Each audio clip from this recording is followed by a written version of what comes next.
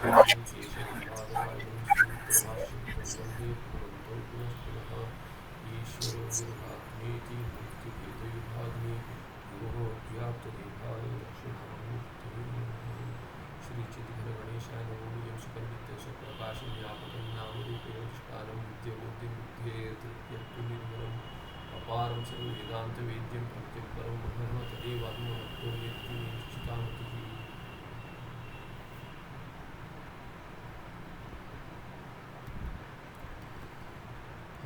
तो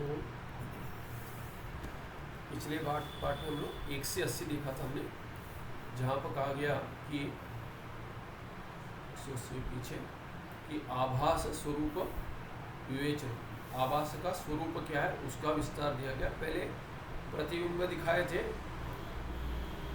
उदाहरण क्या दिया था, घट गत जो जल है उसमें जो आकाश प्रतिबिंबित हो रहा है उसको लेकर, उस उदाहरण को लेकर शरीर में अंतःकरण में जो प्रतिबिंबित हो रहा है वो ब्रह्म चैतन्य है, ये निर्णय किया। वो कूटस्थ प्रत्यगात्मा भी हो सकता है, ये पहला पक्ष दिखाया, और कहा कि ये ब्रह्म चैतन्य भी हो सकता है। अभी आगे क्या कह रहे हैं कि 181 में बतला रहे हैं कि जो अथवा पक्ष बताए थे कि अथवा ब्रह्म चैतन्य से बुद्धो प्रतिबिंब इति पक्षों की संभाव्यते एव।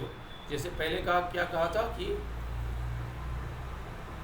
यहाँ पे बुद्धे कूटस्थ अधिष्ठितत्वाद बुद्धौ कूटस्थस्य एव प्रतिबिंब उचित इति जीवा कूटस्थ प्रतिबिंब इति पक्ष प्रदर्शित।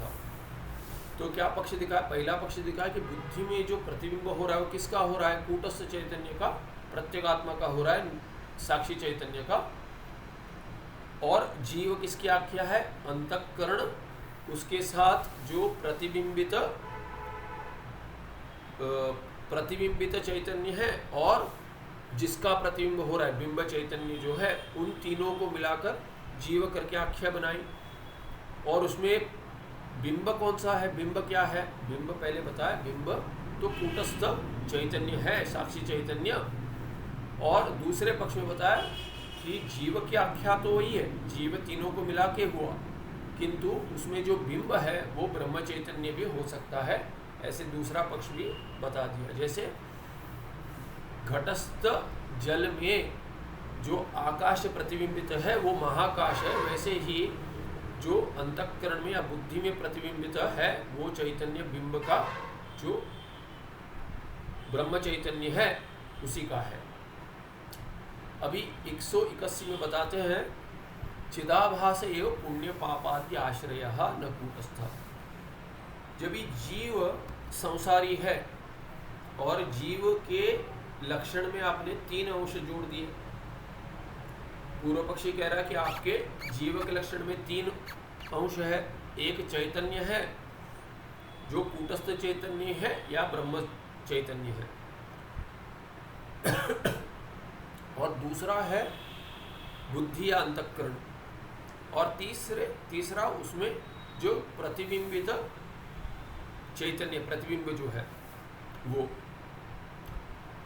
प्रतिबिंबित चैतन्य कहेंगे या तो चैतन्य का प्रतिबिंब कहेंगे, तो प्रतिबिंब पकड़ेंगे हम या आभास कहेंगे। तो अंतःकरण या बुद्धि उसमें जिसका प्रतिबिंब हो रहा है और जो प्रतिबिंब हो रहा है, ये तीनों मिलाकर जीवाख्या बनी, ये आपका जीव का लक्षण है। तो अभी कहते हैं कि ये पुण्य और पाप जिस जीव को संसार में रख रहा है, कर्ता भोक्ता जीव है, इसीलिए वो पुण्य पाप का कर्ता होते हुए पुण्य पाप का के फल का भोग करता है। तो इसका आश्रय जीव है, तो जीव में तो 3 अंश है, उसमें कौन आश्रय है, तो उस पर चिंता उठाते कहते चिदाभास एव पुण्य पापादि आश्रय। पुण्य पाप कर्तृत्व भोक्तृत्व इसका सब आश्रय कौन है, किसमें आश्रित है ये सब, तो कहते हैं चिदाभास अंश में ही आश्रित है, न कि कूटस्थ में। तो जो प्रतिबिंब है वो प्रतिबिंब जहाँ पे बुद्धि है उसी में प्रतिबिंब बन रहा, या आभास बन रहा है, इसलिए उसको आभास कहते हैं। और चिदाभास किसकी संज्ञा है? बुद्धि को मिलाकर जो प्रतिबिंब है उसको चिदाभास कहा गया। तो बुद्धि को छोड़कर, अंतःकरण को छोड़कर नहीं कह सकते। तो 3 अंश में से 2 अंश मिलकर चिदाभास बन गए। एक अंश है जो बिंब है, तो बिंब को हटाकर जो प्रतिबिंब है या चिदाभास है, ऐसे 3 को 2 बना दिए थे। तो चिदाभास में 2 अंश है, एक तो है बुद्धि या अंतःकरण, और उसमें जो प्रतिबिंब हो रहा है या आभास हो रहा है उसको चिदाभास कहा। तो तीसरा कौन सा बचा? तीसरा वो है जो कूटस्थ या ब्रह्म चैतन्य। तो यहाँ पे कूटस्थ चैतन्य जो बिंब चैतन्य, वो पुण्य पाप का आश्रय नहीं है, कर्तृत्व भोक्तृत्व का भी। कौन है? चिदाभास है। चिदाभास में 2 अंश है अभी, एक तो बुद्धि और अंतःकरण है और दूसरा है प्रतिबिंब। तो पहले तो निर्णय लेते तीनों में से तो कूटस्थ को हटा देंगे। कूटस्थ तो वस्तुतः जो चैतन्य है वो अविकारी है, वो निर्गुण है, वही स्वरूप है अपना जीव का।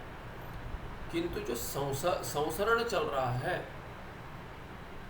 यह लोक परलोक गमन जो चल रहा है, जन्म मृत्यु इत्यादि को लेकर षड्विकार जो बन रहे हैं, कर्तृत्व भोक्तृत्व जो है, वो सब चिदाभास में है, न कि कूटस्थ में। तो कहते हैं उभयो हो कूटस्थ चिदाभासयो मिलितयो हो जीवत्व व्यवहारे अपि। चिदाभास में 2 अंश है, तो 3 की जगह 2 लेकर कह रहे मूल में, टिप्पण में 3 दिखा रहे हैं। तो ये चिदाभास जो है, जो अंतःकरण और प्रतिबिंब को मिलाकर जो चिदाभास संज्ञा है, और कूटस्थ चैतन्य जो है, उन दोनों को मिलाकर उभयो हो मिलितयो, दोनों का जो मिश्रण हो गया है, उनका जीवत्व व्यवहार हो रहा है। जीवत्व, जीव ऐसे व्यवहार हो रहा है। जीव कौन जीव है? यही जीव है, दोनों को मिलाकर जीव कह रहे हैं। इसलिए जीवत्व व्यवहारे अपि कर्तृत्वादयः जीव धर्माः सर्वे चिदाभासम एव आश्रयन्ति। कर्तृत्व, भोक्तृत्व, अल्पत्व, जो संसारित्व कहेंगे, ये सब किसके धर्म है? जीव के धर्म है। तो ये जीव के धर्म है तो किसमें है? तीनों में से। 3 में से तो पहले अभी 2 कर दिया, तो दोनों में से किसमें है? चिदाभास में है कि प्रतिबिंब में है कि बिंब में है? तो कहते बिंब में नहीं है, सर्वे चिदाभासम एव, प्रतिबिंब में ही आश्रय लेते हैं, आश्रयन्ति। पुण्यम पापम तत्फलभूत सुख दुःखाद्यनुभवः लोकांतरम प्रतिगमनम ततः इहागमनम इत्यादि सर्वं चिदाभास विशिष्ट बुद्धिरेव करोति न तो कूटस्थ। तो कहते हैं पुण्य कौन करता है, पाप कौन करता है? और ये हो गया पुण्य कौन करता है, पाप कौन करता है, माने कर्तृत्व हो गया। और तत्फलभूत, तत् से पुण्य और पाप, तो पुण्य का फल या पाप के का फलभूत जो है क्या है? पुण्य का पापभूत है सुख, और पाप का फलभूत है दुख। आदि पर से सुख दुख, कभी न सुख है न दुख है। कोई कहते हैं कैसे हो? ठीक हो, सुखी हो नहीं, दुखी हो नहीं। तो आदि पद से उसको लिख सकते हैं जी कि चल रहा है, बस चल रहा है, जैसे भी चल रहा है। तो ये सुख दुख जी के पुण्य और पाप के फल है। और पुण्य और पाप को छोड़कर बाकी भी बहुत सारे कर्म करते हैं, उसमें वैसे ही संसरण चल रहा है, न सुख का न दुख का अनुभव है। तो ये सब क्या है? ये अनुभव भी जो फल है पुण्य और पाप कर्म के या किसी कर्म के भी, उसके बाद क्या होगा? भिन्न लोक के प्रति गमन होगा, लोकांतरम प्रतिगमनम। जैसा कर्म है, भगवान भाष्यकार कहते हैं यथा कर्म यथा श्रुतम। जैसे कर्म है, जैसे श्रुति स्मृति में सुना गया है, वैसे संसरण होगा, क्योंकि इसके संस्कार ऐसे हैं। जीव के संस्कार जो जो कर्म करता है, इंद्रियों से जो व्यापार होता है, उससे उसके संस्कार बन रहे हैं। उसी संस्कार से कामना होगी कि ये चाहता हूँ, इच्छा होगी ये चाहता हूँ, ये नहीं चाहता हूँ। तो वैसा शरीर प्राप्त होगा, वैसे लोक में प्राप्त होगा। इसलिए कहते हैं लोकांतरम प्रतिगमनम, लोकांतर के भिन्न भिन्न लोक के, स्वर्ग नरक या ये लोक है, भिन्न भिन्न लोक के प्रति गमन जो है। ततः इहा आगमनम इत्यादि, यहाँ पे गमनम दिया माने जाना, और यहाँ आना, फिर इसी कर्म भूमि पर आना है। जैसे ये लोक बीच में है, पुण्य से ऊपर की उपाधियाँ मिलेंगी, ऊपर के लोक मिलेंगे, पाप से नीचे नरक आदि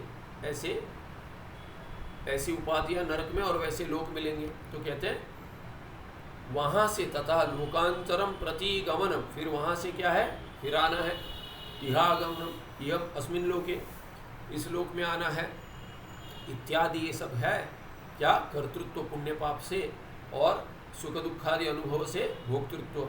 लोकांतरम प्रतिगमनम, आना जाना, संसरण, जन्म मृत्यु, तो ये सब जो है। और यहाँ पे जन्म, इहा आगमनम इत्यादि, ये मृत्यु के पश्चात जो गति है अन्य लोक में, और ये इससे जन्म इत्यादि षड विकार जो है। सर्वम चिदाभास विशिष्ट बुद्धिरेव करोति, तो ये चिदाभास से क्या कहा, चिदाभास विशिष्ट बुद्धि अंतःकरण वही करती है। प्रतिबिंब विशिष्ट बुद्धि, बिना प्रतिबिंब के तो बुद्धि जड़ है, कुछ नहीं कर पाती। तो प्रतिबिंब जो होता है उसमें चैतन्य का आभास होता है बुद्धि में, और उसके बाद बुद्धि करती है। न तो कूटस्थ, किंतु कूटस्थ चैतन्य, बिंब चैतन्य जो है वो न करता है, न भोगता है, न गमन करता है भिन्न भिन्न लोक के प्रति, गमन भी उसका नहीं होता, ना ही उसका जन्मादि षड विकार होता है। इसीलिए क्या है, दोनों अंश में चिदाभास माने प्रतिबिंब और बिंब अंश में, दोनों में से किस में है ये सब, कूटस्थ में नहीं है, बिंब में नहीं है, किंतु चिदाभास में है या प्रतिबिंब में है।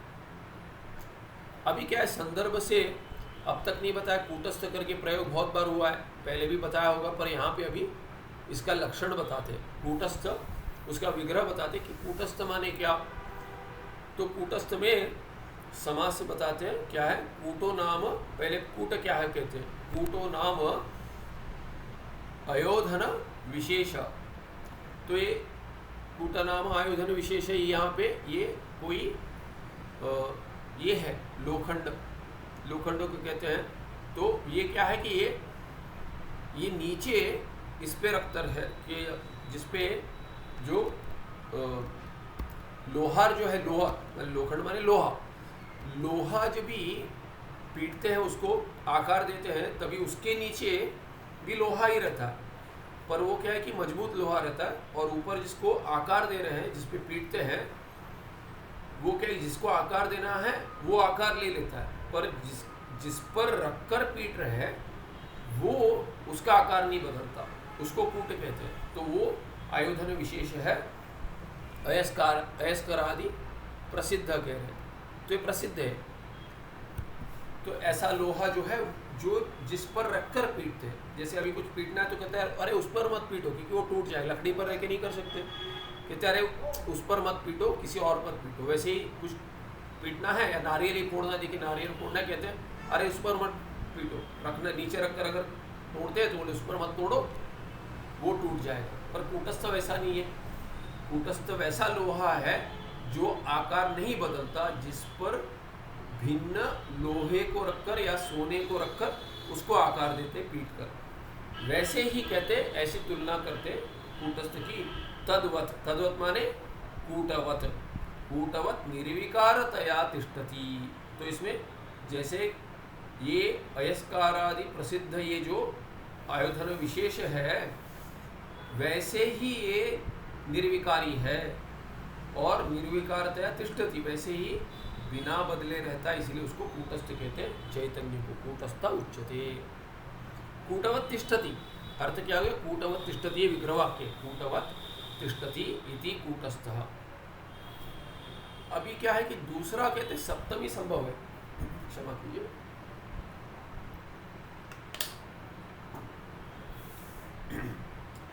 फिर कहते कि सप्तमी भी संभव है, कूटे तिष्ठति। तो एक दूसरा अर्थ लगाते हैं कि अथवा, अथवा मिथ्याभूत बुद्धि चिदाभासयोः कूटः इति आख्या। तो कूट किसको कहेंगे? कूट किसकी संज्ञा है? आख्या। किसको कहते हैं? कहते हैं मिथ्याभूत बुद्धि चिदाभासयोः, कि मिथ्याभूत जो बुद्धि है और उसमें जो चिदाभास या प्रतिबिंब बना है, उन दोनों को मिला के ये मिथ्या ही है। बुद्धि भी मिथ्या है और चिदाभास जो बना है उसमें वो भी मिथ्या है, क्योंकि मिथ्या पदार्थ में तो सत्य कुछ नहीं होगा। जैसे ये संसरणम मिथ्या है, माने ये जन्म मिथ्या है, तो बाकी विकार क्या होंगे?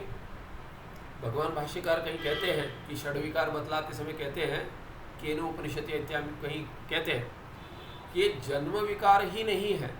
या गीता भाष्य में भी षड विकार की चर्चा होती है, तो मूल में तो 6 विकार नहीं बताए हैं भगवान गीताचार्य ने, तो कहते हैं बाकियों का ग्रहण होता है, उनका भी निषेध कर दिया। तो कहते हैं केवल जन्म के निषेध से ही सबका हो जाएगा। पहले कहते हैं जन्म और मृत्यु का निषेध किया है, न जायते न वा म्रियते, तो कश्चित ऐसा कहा गया, तो जन्म भी नहीं है मृत्यु भी नहीं है। तो जन्म और मृत्यु के बीच में बाकी विकार आते हैं, वो हो पाएंगे? तो बोलते वो तो नहीं हो पाएंगे। फिर भी अब भिन्न शब्दों में उनका भी निषेध करते हैं भगवान गीताचार्य करके भगवान भाष्यकार कहते हैं वहाँ पे। और कहीं कहते हैं कि जब ही जन्म ही संभव नहीं है तो बाकी विकार कहाँ से होंगे? 6 विकारों का तो निषेध किया गया है, आत्मा में 6 विकार नहीं है, 6 में से एक भी विकार नहीं है। फिर कहते हैं कि जन्म और मृत्यु नहीं है तो बीच के विकार नहीं होंगे। फिर कहते हैं जन्म ही अगर नहीं होगा तो बाकी विकार कहाँ से होंगे? जन्म होगा तभी बाकी विकार होंगे, आदि विकार ही नहीं है पहला वाला। जैसे भगवान मांडव्य के कारिकाकार कहते हैं गौड़पादाचार्य, कहते अजातवाद है, जन्म होगा तभी तो संभव होगा संसार। कौन संसारी है? जिसका जन्म हुआ संसारी, तो जन्म तो हुआ ही नहीं है, किसी का भी नहीं हुआ है, तो कहाँ से संसरण होगा? तो किसको मोक्ष मिलेगा? तो बोलते मोक्ष तो उसको मिलेगा जिसका जन्म हुआ है, जिसको दुख है उसको मोक्ष चाहिए। जैसे यहाँ पे भी पहले पढ़ाते समय तत्वदृष्टि को आचार्य कह दिए, विचार सागर में कह दिया उन्होंने क्या कि तुम में कल्पित है सभी विकार, जन्म भी कल्पित है, संसरण कल्पित है, दुख कल्पित है। तो ये मोक्ष की जो इच्छा है वो भी भ्रांति ही है कहते हैं। समझ में नहीं आया तो प्रक्रिया बताएंगे, हाँ पर दुख तो कल्पना तो हो रही है, कल्पित है, फिर भी दुख तो है, अनुभव हो रहा है कह रहे, तो उसका निवारण कराइए। तो कहते हैं हाँ ठीक है, प्रक्रिया बताते हैं। तो इसीलिए यहाँ क्या कह रहे हैं कि जो बुद्धि है वो मिथ्याभूत है, तो उसमें जो प्रतिबिंब बनेगा चिदाभास वो क्या होगा? मिथ्या ही होगा। अगर जन्म मिथ्या है तो बाकी विकार मिथ्या ही होंगे। अगर संसरण मिथ्या है, क्योंकि जन्म मिथ्या है, संसरण मिथ्या होगा, दुख मिथ्या होगा, तो मोक्ष भी मिथ्या होगा, उसकी प्राप्ति की इच्छा भी मिथ्या ही है। मोक्ष तो सत्य नहीं है। तो बोलते अच्छा हम तो ऐसे मिथ्या मोक्ष का प्रयत्न कर रहे हैं। हाँ, मिथ्या मोक्ष का प्रयत्न कर रहे हैं, प्रयास तो उसी का कर रहे हैं। तो उससे क्या हो जाएगा? सत्य मिल जाएगा? नहीं मिलेगा। सत्य मिलना नहीं, सत्य तो है, सत्य अगर मिल जाएगा तो सत्य कहाँ रहेगा? क्योंकि सत्य की परिभाषा क्या है? त्रिकाल अबाधित। तो जो पहले नहीं था वो अगर प्राप्त हो रहा है तो वो तो मुक्ति में कुछ काम का नहीं है, अनित्य हो जाएगा। तो इसीलिए कहते हैं हाँ मोक्ष की इच्छा भ्रांति है, मोक्ष की प्राप्ति मिथ्या है, क्योंकि संसरण मिथ्या है। तो मिथ्या जो है मिथ्या से निकलेगा। मिथ्या अज्ञान जो है मिथ्या ज्ञान से ही निकलेगा, ना ही सत्य ज्ञान से। सत्य ज्ञान तो स्वरूप है, उसका तो किसी के साथ विरोध नहीं है। वो तो अज्ञान को भी उतना ही प्रकाशित करता है जितना ज्ञान को करता है, वृत्तियों को। अज्ञान की वृत्तियों को, भ्रांतियों को भी उतना ही आत्मचैतन्य प्रकाशित करता है जितना कि ब्रह्माकार वृत्तियां बनती है उसको। उसका तो किसी के साथ, सत्य ज्ञान का किसी के साथ विरोध नहीं है। जो मिथ्या ज्ञान है, माने जो मिथ्या ज्ञान है, उसका मिथ्या अज्ञान के साथ विरोध है। इसीलिए ब्रह्माकार वृत्ति जो बनेगी वो मिथ्या वृत्ति बनेगी और उस मिथ्या वृत्ति से मिथ्या अज्ञान का नाश होगा, ये कहा है। तो इसीलिए जो बुद्धि मिथ्या है, मिथ्याभूत बुद्धि है, उसमें चिदाभास तो सत्य नहीं होगा, वो भी मिथ्या ही होगा। इसलिए कहते हैं अथवा कूटस्थ का अर्थ लगाते हैं कि अथवा मिथ्याभूत बुद्धि चिदाभासयोः कूटः इति आख्या। ये षष्ठी है, यहाँ पे षष्ठी द्विवचन। किसकी आख्या है? कूटाख्या किसकी है? बुद्धि और चिदाभास जो मिथ्या है उनकी कूट करके आख्या होगी, ठीक है। तो अभी विग्रह कैसे बनेगा? तो कहते इति आख्या होगी तत्र, तत्र कुत्र, तत्र से किसका ग्रहण करेंगे? कूटस्थः का, कूटस्थ नहीं, तत्र माने क्या? तत्र पद से क्या लेंगे? ये देखिए क्या है, तत्र असंगतया आस्ते, मिथ्याभूत बुद्धि चिदाभासयोः हाँ, तत्र, उतना कूटे। तो ये कूट किसकी संज्ञा होगी? दोनों की मिला के, तो कहेंगे कूटे, तत्र कूटे, तस्मिन् कूटे। या क्या कहेंगे? तत्र द्विवचन भी ले सकते हैं, तत्र मिथ्याभूत बुद्धि चिदाभासयोः। पर यहाँ पे जो षष्ठी है तत्र में क्या हो जाएगा? सप्तमी, कि उनमें बुद्धि और चिदाभास में, माने क्या? कूट में, जिसको कूट कहा गया है, कूट में तत्र असंगतया आस्ते। आस्ते किसका अर्थ है? तिष्ठति का। तो विग्रह क्या करेंगे? कूटे तिष्ठति। पहला क्या कह दिया? कूटवत् तिष्ठति। जैसे कि कूट है वैसे रहता है। वहाँ पे कूट से मिथ्या नहीं लेना है, वहाँ क्या लेना है? कूट माने वो अयस्कार आदि प्रसिद्ध जो आयोधन विशेष है, जो बदलाव नहीं लेता, निर्विकारतया तिष्ठति। तो निर्विकार, कूट वत माने जैसे कूट निर्विकार है वैसे निर्विकार ये रहता है, इसके लिए उसको क्या कह दिया? कूटवत तिष्ठति थी कूटस्थ। दूसरे विग्रह वाक्य में कूटवत नहीं है, कूटे है। और कूटे क्या है? वो तो विकारी है, निर्विकार नहीं है। क्या है वो? मिथ्याभूत बुद्धि जो विकारी है, सविकार है, वो निर्विकार नहीं है, सविकार है। और चिदाभास भी सविकार है। क्यों? क्योंकि बुद्धि में चलन हो रहा है, प्रतिबिंब में भी चलन दिखेगा। जैसे सूर्य में चलन नहीं है पर प्रतिबिंब में चलन है। कभी चलन है जब भी पानी हिलता है, पानी में प्रतिबिंब हो रहा है, पानी हिला देंगे तो, अगर पानी हिल रहा है, स्थिर नहीं है, तो सूर्य का प्रतिबिंब भी हिलेगा। वस्तुतः क्या हिल रहा है? पानी हिल रहा है। तो अभी कूट का अर्थ हो गया जहाँ विकार है, सविकार जो है कौन है? बुद्धि है और चिदाभास है, उसी को कूट कह दिया। तो ये निर्विकार, पहले कह दिया निर्विकार कूटवत तिष्ठति, अभी कह दे सविकार कूटे, जो विकारी है उस कूट में, कूटे तिष्ठति आस्ते इति कूटस्थ इष्यते।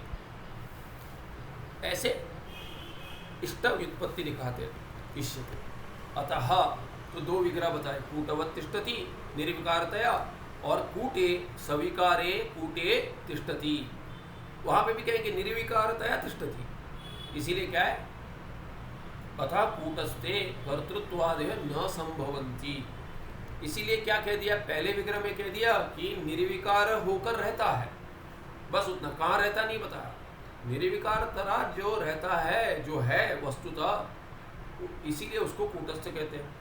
फिर कह दिया कि जहाँ विकार है वहाँ रहता है, दोनों को मिला सकते हैं। तो कह सकते हैं हम कि सविकार कूटे निर्विकार कूटवत तिष्ठति, ऐसे दोनों मिलाकर हम कह सकते हैं कि सविकार कूटे मिथ्याभूत बुद्धि चिदाभासयोः कूटे सविकार कूटे, या समास बनाएंगे मिथ्याभूत बुद्धि चिदाभास, या तो मिथ्याभूत कह दिया तो वहाँ पे विकार तो है, मिथ्याभूत सविकार बुद्धि चिदाभास कूटे निर्विकारतया कूटवत तिष्ठति इति कूटस्थ। ये संपूर्ण हो जाएगा। किसका लाभ क्या होगा आगे बतलाएंगे। तो आगे कहते हैं अतः, इसीलिए क्या हो गया? जो विकार हो रहा है, पुण्य पाप तत्फलभूत सुख दुखादि अनुभव, लोकांतर प्रति गमन, फिर वहाँ से आगमन, यह आगमन, ये सब क्या है, और जो जो सोच सकते इत्यादि आदि पर से जो भी सोच सकते कि ये कारण है, ये नहीं होता तो मैं सुखी हो जाता, इसके बिना तो मैं ठीक हूँ। जो जो आता है वो सब जोड़ दीजिए आदि पद में। वो कहाँ पर है तो कहते हैं अतः कूटस्थे कर्तृत्वादेव, कर्तृत्वादि से पुण्य पाप इत्यादि शुरू होकर सब कुछ जोड़ेंगे आदि पद तक। अतः कूटस्थे कर्तृत्वादय, कर्तृत्व, भोक्तृत्व, सुख दुखादि अनुभवत्व, लोकांतर गति ही, गमनत्व, इहागमनत्व इत्यादि जो भी है न संभवंती। ऐसे कूटस्थ में जो कूट में है या कूट जैसे निर्विकारी है उसमें तो संभव है नहीं। जो निर्विकारी है उसमें कर्तृत्व कैसे आएगा? कर्ता जो बनेगा उसमें कुछ विकार होता है, कुछ तो विकार होगा। जब भी कुछ भी कर्म करते हो, भले ही वो स्थूल शरीर द्वारा हो या मानसिक हो, इंद्रियों द्वारा हो, कुछ तो विकार होता है। इसीलिए निर्विकार में तो ये विकार नहीं होगा, इसीलिए कर्तृत्व आदि संभव नहीं होगा। जो भोगता है उसमें भी कोई अनुभव होगा, उसमें भी विकार होगा। इसीलिए जहाँ जहाँ क्रिया है, सूक्ष्म भी है, वहाँ विकार माना जाता है। कर्तृत्व, भोक्तृत्व इत्यादि तो जहाँ विकार संभव है वहाँ होगा। विकार जहाँ संभव है वहाँ, वैसे कूटस्थ में तो नहीं होगा, चैतन्य में न संभवंती। किंतु चिदाभासस्य भ्रांत्या ते धर्मा कूटस्थे प्रतीयन्ते। तो क्या होता है? चिदाभास की भ्रांति से, जो चिदाभास में हो रहा है उससे तादात्म्य संबंध में कूटस्थ चैतन्य जुड़ गया है। लगता है मैं यही हूँ, बुद्धि ही हूँ, शरीर ही हूँ, कर्ता ही हूँ। इसलिए कर्तृत्व जो चिदाभास में है, भोक्तृत्व जो है वही भ्रांति से अपने में आ जा रहा है। कूटस्थ में माने मेरे स्वरूप में, मेरा जो वस्तुस्थ स्वरूप है उसमें है ही नहीं, ये सब हो नहीं सकते। क्यों नहीं है? क्योंकि संभव ही नहीं है। तो संभव नहीं है पर लग रहा है कि है, तो क्या है? भ्रांति ही है। जहाँ संभव नहीं है पर प्रतीत हो रहा है। सुख दुख मुझ में संभव नहीं है, कर्तृत्व भोक्तृत्व मुझ में संभव नहीं है। क्यों नहीं है? क्योंकि मैं कूट हूँ। कैसा कूट हूँ? कूटस्थ हूँ। मैं कूट हूँ कहेंगे तो पहला लक्षण लेना है जहाँ बदलाव नहीं हो सकता।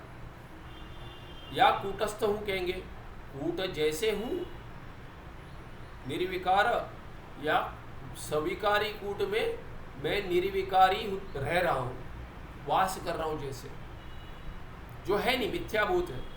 तो कल्पित में मेरा वास हो रहा है। जैसे जब भी बायोमेडिकल इंजीनियरिंग पढ़ रहे थे तभी एक डॉक्टर पढ़ाने आते थे, फिजियोलॉजी, एनाटॉमी और फिजियोलॉजी पढ़ाने आते थे। तो वो कहते थे, क्योंकि ये क्या है कि अभी डॉक्टर तो इंजीनियरिंग नहीं पढ़ेंगे, जो बायोमेडिकल इंजीनियर है उसको ही इंजीनियरिंग के साथ साथ जो मेडिकल फील्ड है उसका भी ज्ञान लगेगा, नहीं तो दोनों चर्चा कैसे करेंगे। तो इसीलिए क्या है कि the onus is on the engineer to learn medic part of anatomy also, क्योंकि डॉक्टर इंजीनियर नहीं पढ़ेंगे तो वो भी करना पड़ता था। तो उनसे ही पढ़ना है, ऐसा नहीं कि कोई इंजीनियर पढ़ा देगा आपको एनाटॉमी और फिजियोलॉजी, आपको उन्हीं से सीखना है जो उनका फील्ड है, संप्रदाय से प्राप्त होना है। तो डॉक्टर पढ़ाने आते थे, इस दिन ऐसा ही। तो वो क्या कहते थे, जब भी वो कि ये समझा रहे थे कि जैसे मन में बदलाव होता है तो क्या होता है कि जब भी जो पागलपन कहते हैं, बोलते दो प्रकार के होते हैं। तो बोलते एक होता है क्या, तो नाम ये तो भूल गया है, पर वो उदाहरण देते थे, उदाहरण स्मरण आ गया इसमें, कि कहते थे कि एक तो है कि जो who builds castle in the air, तो बहुत सारे करते हैं, हम लोग भी सोचते, कल का सोचते ये करेंगे वो करेंगे। तो building Castle's in the air कहते कि वो अपना राज्य बना लिए, मनोराज्य कहते हैं, संस्कृत में भी होता है, हिंदी में मनोराज्य। क्या है कि हाँ कहाँ बना, मन में राज्य बना रहे कि वहाँ उसका मैं राजा हूँ, वहीं चलते रहता है मन, यहाँ नहीं रहता। चल रहा है पाठ चल रहा है या कुछ चल रहा है, मन कहीं और है, लगा हुआ है। तो कहते थे कि वो he is building Castle's in the air, आते जाते रहता है वहाँ पे, कभी यहाँ रहता है कभी उसमें वास करता है। पर दूसरा जो है, जो एडवांस स्टेज में है, वो क्या करता है, वो आता ही नहीं है वहीं पे, उसका वास वहीं पे कल्पित राज्य में ही रहता है, मनोराज्य में, वो आता ही नहीं है यहाँ पे। उसको माने उसको दवाई लगती है ठीक होने में, उसको ट्रीटमेंट देते हैं कि वो वस्तुतः पागल है। तो इसमें क्यों बता रहा हूँ ये संदर्भ में कि यहाँ पे ये कल्पित है मिथ्याभूत, तो अतः कूटस्थे कर्तृत्वादेह न संभवन्ति किंतु चिदाभासस्य भ्रांत्या ते धर्मा कूटस्थे प्रतीयन्ते। प्रतीति हो रही है। अभी अगर ये सोचेगा कि मैं राजा हूँ, किस राज्य के हो भाई राजा, तुम रह रहे हो एक बेडरूम घर में रह रहे हो और कहते हो अपने आप को राजा हो। किसके राजा हो? हर माता के लिए बेटा और बेटी राजा रानी ही है, बुलाते अरे मेरा राजा बेटा मेरा, तो ये सोचता है कि हाँ मैं राजा हूँ। कहाँ का वो है, कोई राज्य है कल्पित है, उसका राजा बना है। तो वहाँ जो है वो उसके वस्तुतः इसमें जो व्यावहारिक जो ये है, ये पुत्र या पुत्री, उसमें वो धर्म नहीं है, कल्पित है। तो वास भी कहाँ कर रहा है उसमें?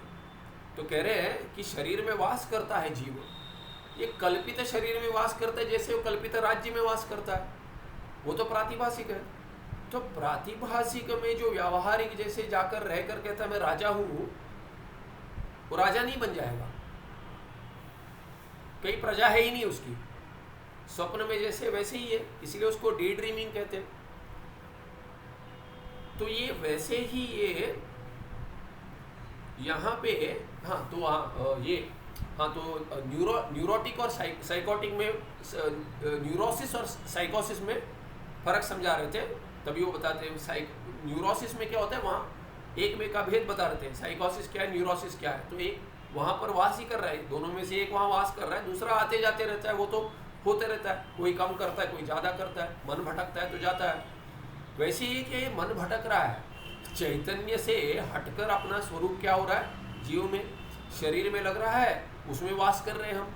वस्तुतः वास कहाँ कर रहे, कुछ है जहाँ वास कर रहे, तो जो वास कर रहे कहेंगे तो कुछ तो होना चाहिए। अरे ये कल्पित है, इसीलिए उदाहरण दे रहे हो कि उदाहरण क्यों दे रहा हूँ उसका, कि कल्पित राज्य में भी वास हो सकता है, वैसे ही ये कल्पित शरीर में भी मेरा वास हो सकता है, वस्तुतः वास नहीं है। क्यों नहीं है? क्योंकि कल्पित है। राज्य ही नहीं तो राजा कहाँ से होगा? वैसे ही शरीर नहीं है तो शरीर ही कैसे होगा? क्षेत्र ही नहीं है, क्षेत्रज्ञ कहाँ से होगा? कह देते हैं मानकर कि है क्षेत्र, शरीर है मानकर कहते हैं अरे शरीरी, अरे ये तो शरीरी है आत्मा, शरीरी भी नहीं है वस्तुतः, क्योंकि शरीर मिथ्या है। तो वैसे ही ये क्या है कि कूटस्थे प्रतीयन्ते, क्योंकि ये चिदाभास से जुड़ गया। क्यों जुड़ गया? क्योंकि चिदाभास का कहाँ पर है, अंतःकरण में उसका प्रतिबिंब हुआ है, माने वहाँ पे वास हो गया है। प्रतिबिंब होकर जहाँ प्रतिबिंब उसी में वास है। जैसे अभी सूर्य रह रहे हैं, सूर्य कहाँ रह रहे हैं? दर्पण में रह रहे हैं या जल में रह रहे हैं। सूर्य जल में नहीं रह रहे हैं, पर कहेंगे वहीं रह रहे हैं, प्रतिबिंब तो वहाँ पर है, तो प्रतिबिंब वहाँ रह रहा है, उतना तो कह दी प्रतिबिंब रह रहा है। हाँ कह देते प्रतिबिंब का वास कहाँ पर है, जल में है, घट के जल में। वस्तुतः वास नहीं है। क्यों नहीं है? क्योंकि जल में जो प्रतिबिंब है वो सूर्य का जो प्रतिबिंब है वो सूर्य का वास नहीं है, प्रतिबिंब का वास मान लीजिए। उदाहरण उधर तक ही सीमित है। तो जब उदाहरण में आएंगे तो प्रतिबिंब तो मान लीजिए चिदाभास का वास वहाँ पे, तो कहते हैं वो भी क्या है, वो मिथ्या ही होगा, वस्तुतः वास संभव नहीं है। क्योंकि अंतःकरण ही कल्पित है, सूक्ष्म शरीर कल्पित है। किसमें कल्पित है? स्थूल शरीर में कल्पित है। ये सृष्टि सृष्टिवाद वाला कहेगा, दृष्टि सृष्टिवाद वाला कहेगा स्थूल शरीर ही सूक्ष्म में कल्पित है और सूक्ष्म कल्पित है आत्मा में। तो जैसे भी ले लो, स्थूल में सूक्ष्म का वास है कह दो, सूक्ष्म में स्थूल का वास है कह दो, और सूक्ष्म में उसके बाद कह दो कि जीव का वास है, या कह दो जीव में ये इनका वास है। वस्तुतः तो क्या है, सब जीव में कल्पित ही है, कल्पित है, कल्पित होकर उसमें वास बन गया इसका। क्योंकि तादात्म्य संबंध, अरे ये तो मैं बुद्धि हूँ, बुद्धि में जो ये प्रतिबिंब बन गया उसके साथ जुड़ गया। तो चिदाभास या प्रतिबिंब का जो वास मिथ्या है बुद्धि में, उसके साथ जुड़ने से क्या होगा? प्रतिबिंब से जुड़ने का मेरा ही वास है करके समझ लेता है। ये कूटस्थ को लगता है कि मेरा ही वास है, तो ये है तादात्म्य संबंध के भ्रांति से। भ्रांति तादात्म्य संबंध है, तादात्म्य संबंधी वस्तुता नहीं है। तादात्म्य का विग्रह बताया था पहले, किसी को स्मरण है? कैसे करेंगे तादात्म्य? तद्धित है। तादात्म्य का अर्थ क्या है? किसका? भाव प्रत्यय। मानुष्य जैसा होगा तादात्म्य। किसका भाव है? मनुष्य से भाव मानुष्यम। वैसे किसका भाव तादात्म्य होगा? संस्कृत में कैसे कहेंगे? किसका भाव है? तदात्मनः भावः तादात्म्यम। तदात्मना भाव, और तदात्म क्या है? उसका तदात्मा का भाव। जैसे मनुष्य का भाव, तादात्म्यम किसको के? तदात्मा का भाव। तदात्मा माने क्या? सह आत्मा यस्य। सह का सह चिदाभास, सह चिदाभासः प्रतिबिंबः कल्पितः। कल्पित जो प्रतिबिंब है, चिदाभास है, वही आत्मा स्वरूप बन गया अपना। यस्य सह तदात्मा। तत् से लेंगे चिदाभास या प्रतिबिंब। प्रतिबिंब ही जिसका आत्मा बन गया, स्वरूप बन गया, है नहीं, बन गया, उसको कहेंगे उसका तदात्मा कहेंगे। वो तदात्मा हो गया। और तदात्मा का भाव क्या है? तादात्म्य। और ये तादात्म्य क्या होगा? चिदाभास कल्पित है, बुद्धि कल्पित है, इसलिए चिदाभास कल्पित है, प्रतिबिंब कल्पित है। तो उसके साथ जो जुड़ना हो जाएगा तदात्मा, उसका भाव जो हो जाएगा वो क्या होगा? मिथ्या तादात्म्य। तादात्म्य वस्तुतः नहीं हो सकता, तो कहेंगे मिथ्या तादात्म्य संबंध बन गया। क्या संबंध है इनके साथ? तो बोलते किंतु चिदाभास से भ्रांत्या। भ्रांत्या माने तादात्म्य जो है मिथ्या तादात्म्य संबंध नहीं इत्यर्थ। मिथ्या तादात्म्य संबंध ही भ्रांति है उसमें। उससे क्या होगा? ते धर्माः। के धर्माः? कर्तृत्वादयः धर्माः। कूटस्थे प्रतीयन्ते। कूटस्थे क्या है? कौन है? कूटस्थे मयि। कूटस्थे मयि चिदात्मनि प्रतीयन्ते। मुझमें, कूटस्थ माने कोई और नहीं है, मैं, मेरा वस्तु स्वरूप जो है उसमें प्रतीति हो रही है। किसकी? कर्तृत्व भोक्तृत्व की। तादात्म्य संबंध से। तादात्म्य संबंध है भ्रांति, मिथ्या तादात्म्य संबंध है। तो ये हो गया कि प्रश्न का उत्तर। पूर्व पक्षी या सिद्धांती विचार उठा रहा है कि जो कर्तृत्वादि पुण्य पाप इत्यादि ये संसार धर्म है, वो किस में है? चैतन्य में है, बिंब चैतन्य में, कूटस्थ या ब्रह्म चैतन्य में, या जीव में, जो जीव के दूसरा अंश है, जीव का दूसरा अंश चिदाभास या प्रति, उसमें तो निर्णय ले लिया कूटस्थ में संभव नहीं है, बिंब चैतन्य में संभव ही नहीं है, इसलिए कहाँ है? चिदाभास में। अभी कहते हैं चिदाभास में क्या है? अंतःकरण, बुद्धि और प्रतिबिंब दोनों को मिलके चिदाभास कह दिया। तो उन दोनों में भी किसमें है? तो कहते हैं वस्तुतः 182 में कहते हैं वस्तुतः पुण्य पापादयः न चिदाभासस्य अपि धर्मः। ये चिदाभास का धर्म नहीं है। चिदाभास में बुद्धि अंश भी है और प्रतिबिंब तो चैतन्य का ही है। और क्या कह दिया था प्रतिबिंबवाद में कि प्रतिबिंब तो वस्तुतः स्वरूप से तो बिंब ही है, प्रतिबिंब है ही नहीं। दर्पण में प्रतिबिंब है ही नहीं, क्योंकि दर्पण में जो दर्पण में अपना मुख दे रहे, मुख दर्पण में नहीं है। मुख कहाँ पर है? यहाँ पर है। मुख तो दर्पण में है ही नहीं। तो प्रतिबिंब जो दर्पण में है वो क्या कहा था पिछले पाठ में? हमने देखा था कि चक्षुर इंद्रिय उससे मिलकर दर्पण के द्वारा कहाँ जा रही है? मुख में जा रही है। मेरा ही मुख मुझे दिख रहा है दर्पण द्वारा, प्रतिबिंब नहीं दिख रहा है वस्तुतः। प्रतिबिंबवाद में कहते हैं मेरे ही मुख का दर्शन दर्पण द्वारा हो रहा है। दर्पण से सूर्य का जैसे ग्रहण हो रहा है, दर्पण में सूर्य है तो इंद्रियां सूर्य तक पहुंच रही है, ना कि प्रतिबिंब तक। प्रतिबिंब लग रहा है पर दर्पण के द्वारा सूर्य तक इंद्रियां पहुंच रही है। वैसे ही दर्पण के द्वारा प्रतिबिंब नहीं दिख रहा है, वस्तुतः दिख रहा है बिंब ही। इसलिए प्रतिबिंब जो मुख्य सिद्धांत है उसमें प्रतिबिंब और बिंब में भेद ही नहीं है।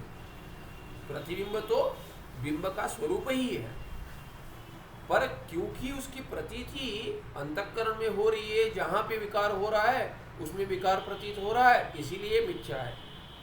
तो उसमें जो विकार है वो सब मिथ्या है, स्वरूप तो है ही बिंब का। तो इसीलिए क्या कहते हैं, वस्तुतः पुण्य पापादेन चिदाभासस्य अपि धर्मः, चिदाभास की भी धर्म नहीं है वो। क्यों? क्योंकि चिदाभास का स्वरूप क्या है, बिंब का ही स्वरूप है। तो आप कह देंगे चिदाभास में तो ऐसा विचार आ जाएगा कि अरे ये तो चिदाभास तो वस्तुतः तो बिंब ही है, प्रतिबिंब तो बिंब ही है। तो प्रतिबिंब अगर बिंब है तो प्रतिबिंब में अगर आपने कह दिया कर्तृत्व भोक्तृत्व, तो ये बिंब के ही द्वारा आ गया होगा, ऐसे होगा। इसीलिए क्या कहते हैं कि चिदाभास के भी ये कर्तृत्व भोक्तृत्व आदि पुण्य पाप संसरण धर्म है ही नहीं। किसके है? किंतु बुद्धेरेव, बुद्धेरेव किंतु के धर्मा, हाँ पुण्य पापादे धर्म बुद्धेरेव वस्तुता भवन्ति, बुद्धि के ही है, अंतःकरण के ही है। कैसे सिद्ध होगा? विचार से सिद्ध होगा। इसमें जो टिप्पणी कहाँ पर है? 1 नंबर, पिछले पार्ट में देखे थे क्या? अब पिछले पार्ट में देखे थे, अथवा पे था, ठीक है। तो कहते हैं विचार्यमाणे तू, विचार्यमाणे क्या पद है? प्रातिपदिक क्या है? विचार्यमाण क्या है? ये कौन सा प्रत्यय लगा है?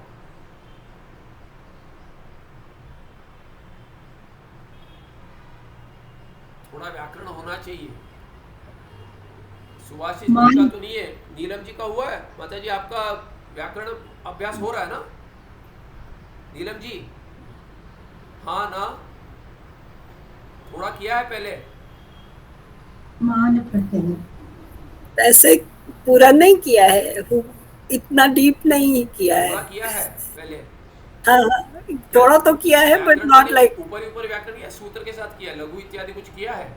नहीं, सूत्र के साथ नहीं किया, वहां तक पहुंचे ही नहीं हम। अच्छा, नहीं कृदंत है ये तो समझ में आता है, कृदंत है या तद्धित है वो समझ में आता है। बेसिक तो समझ आ जाता है, बट डेप्थ में थोड़ा मुश्किल है। ठीक है, नहीं पूछ रहा हूँ। आपका तो हो रहा है प्रेमा जी? थोड़ा थोड़ा ही हो रहा है, अभी पढ़ा था, अभी थोड़ा सा रिवाइज हो रहा है। माने यहाँ पे शानच प्रत्यय, शानच प्रत्यय, शानच प्रत्यय आने मुख हो गया तो मुख आगम लग गया, आद्यंत टकी। मैं भी शानच ही सोच रही थी, बट विचार माने कि क्या वर्तमान में आता है, वर्तमान में शानच जुड़ जाता है। कभी कभी भविष्य लट को भी, लट लकार को आदेश हो जाता है, वर्तमान लट, लट शत्र शानुचो, लट को शत्र शानुच आदेश हो जाता है।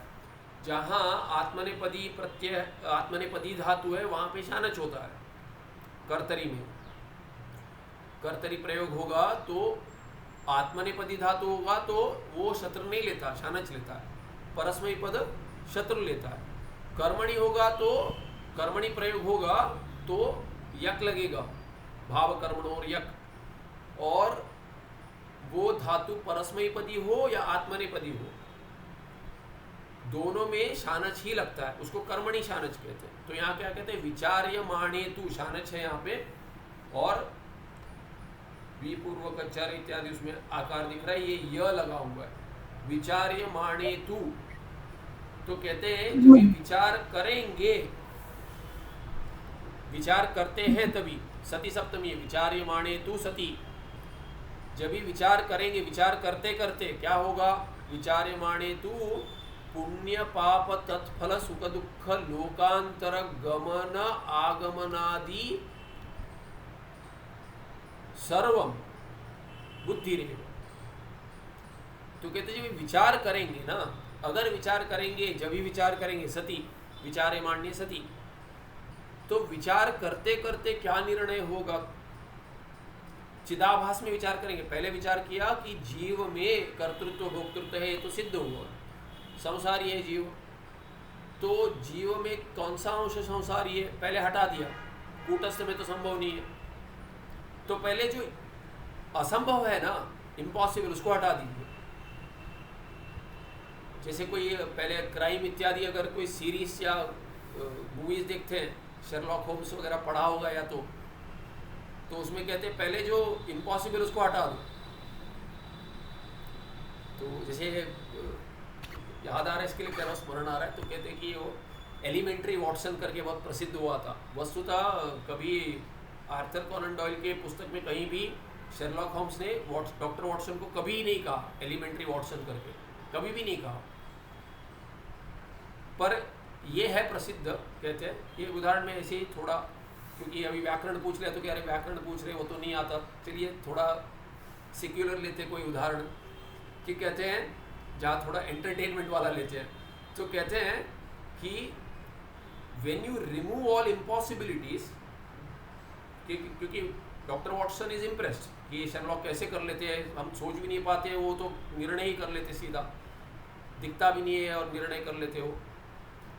तो कहते हैं कि ये होना चाहिए, ये क्यों कह रहा हूँ कि ये विचार है ना, उसमें भी उससे विचार शक्ति बढ़ती है। तो कहीं कुछ देखते हैं विचार कहीं से भी आ सकता है, अभी तर्क इत्यादि नहीं पढ़ते, कहीं से तो लॉजिक आना चाहिए तर्क। तो पूज्य स्वामी जी कहते हैं ग्रेजुएशन में आ जाते उतना पर्याप्त है, सामान्य। अधिक ग्रंथ पढ़ेंगे तो तर्क तो चाहिए ही चाहिए, उसमें तो भाषा ही समझ में नहीं आएगी। तो वैसे अभी जहाँ पे अभी डिटेक्टिव इत्यादि शोध लगाते हैं वहाँ पे भी तर्क ही लगाते हैं। वो तो तर्क के ग्रंथ नहीं पढ़े, दर्शन नहीं पढ़े, तो क्या करते, तो इसीलिए अभी इसमें से सीख मिलता है कि वो कहते हैं कि ऐसा होना चाहिए, यही होना चाहिए निर्णय। डिटेक्टिव कहते हैं कि यही होना चाहिए, शेरलॉक होम्स कहते हैं यही होना चाहिए। क्यों होना चाहिए? यही कहते हैं क्योंकि when you remove all impossibilities what remains has to be the truth. नेति नेति है, बाहर भी जो लिया है नेति नेति है, भी मैट्रिक्स आदि जो मूवीज है उसमें सब यही लिया है, मांडुक्य उपनिषद से लिया है। तो कहते हैं कि जो हटा सकते हो, ध्यान में भी जो हटा सकते हो हटा दो, बचेगा वो कूटस्थ चैतन्य होगा, जो निकाल नहीं पाएगा अपने आप को। इसको पारिशेष्य न्याय कहते हैं कि जो बच जाएगा वही सत्य होगा, बाकी जो हटा सकते पहले हटा दो। जैसे अब परीक्षा में भी माता बेटे को कहती है कि जो नहीं आता है वो सब, जो आता है उसको कर लो, जो नहीं आता है वो सब छोड़ दो पहले। मैं उसमें समय बर्बाद करता था कि यार नहीं आता तो इसी में लगाना है दिमाग कि ये क्यों नहीं आता है, हुआ नहीं अभ्यास, करना पड़ेगा, तो बाकी पेपर रह जाता था। पर जिसको बुद्धि है कि मार्क्स चाहिए मुझे, वो क्या करेगा, जो नहीं आता है हटा दे रही है, तो इसमें तो समय बर्बाद ही नहीं करना है, छोड़ दो। बहुत समय लगता है, नहीं आता है छोड़ दो, जो आता है उसको पढ़ ले कर लो। तो जो नहीं आता हटा देगा तो बचेगा वो सब आता है, पहले ये देखा, ये नहीं देखा, छोड़ो छोड़ो छोड़ो, बचेगा वो सब। पारिशेष्य ना है, तर्क में लगाते हैं ये नहीं होगा, ये नहीं होगा, ये नहीं होगा, तो क्या होगा, यही होगा, बचेगा। भगवान भाष्यकार यही करते, क्या करते, पारिशेष्य न्याय लगाते, इसमें संभव नहीं होगा, उसमें संभव नहीं है, क्या बचेगा, यही है, होगा बुद्धि में ही। तो यहाँ पे वही किया है कि पहले जो असंभव है उसको हटा दो, कूटस्थ चैतन्य में तो संभव ही नहीं है, हटा दो, उसको हटा दिया। जो मेरा स्वरूप है कहेंगे, अंततोगत्वा कहेंगे मेरा स्वरूप है वो, उसको पहले हटा दो। तो क्या बचा, क्या, चिदाभास है। अभी चिदाभास में भी कुछ जुड़ा है ना, क्या जुड़ा है, बुद्धि भी है उसमें।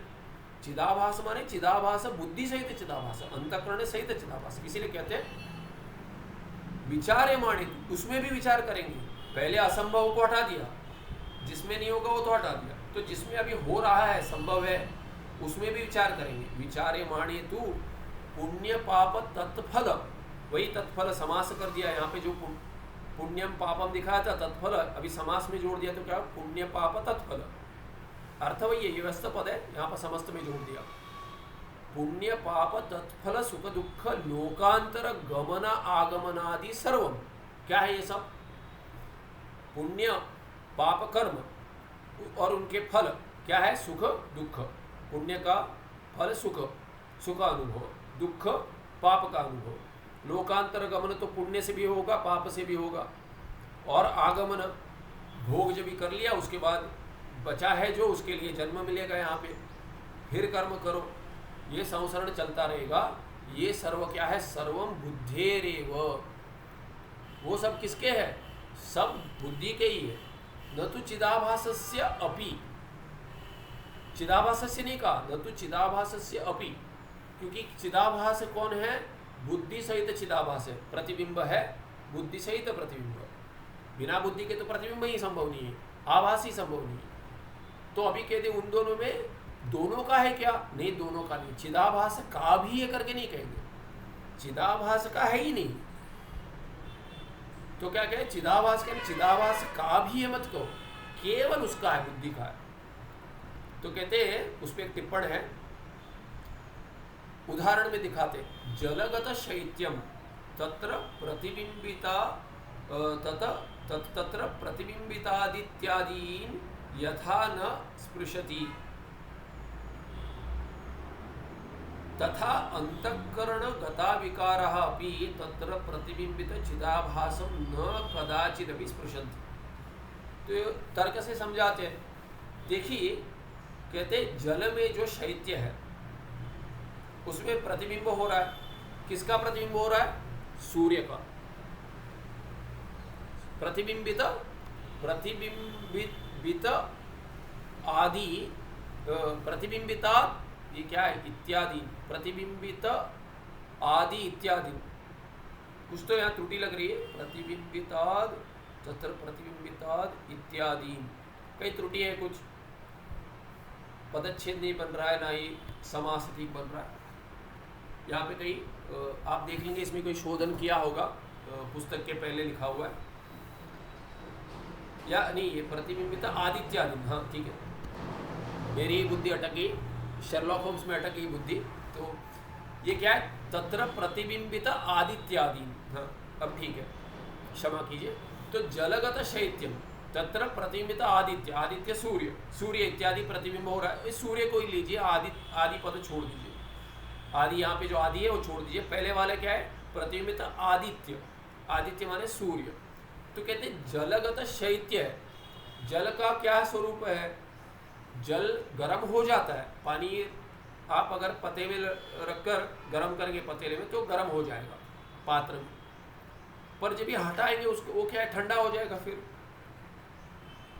तो पानी तो ठंडा ही है, उसका स्वरूप क्या? तो अभी गर्म करने से गर्म हो रहा है और बहुत ही ठंडा करने से बर्फ बन रहा है, पर पानी बिना कुछ किए वैसा जैसा रहता है, वही उसका स्वरूप है।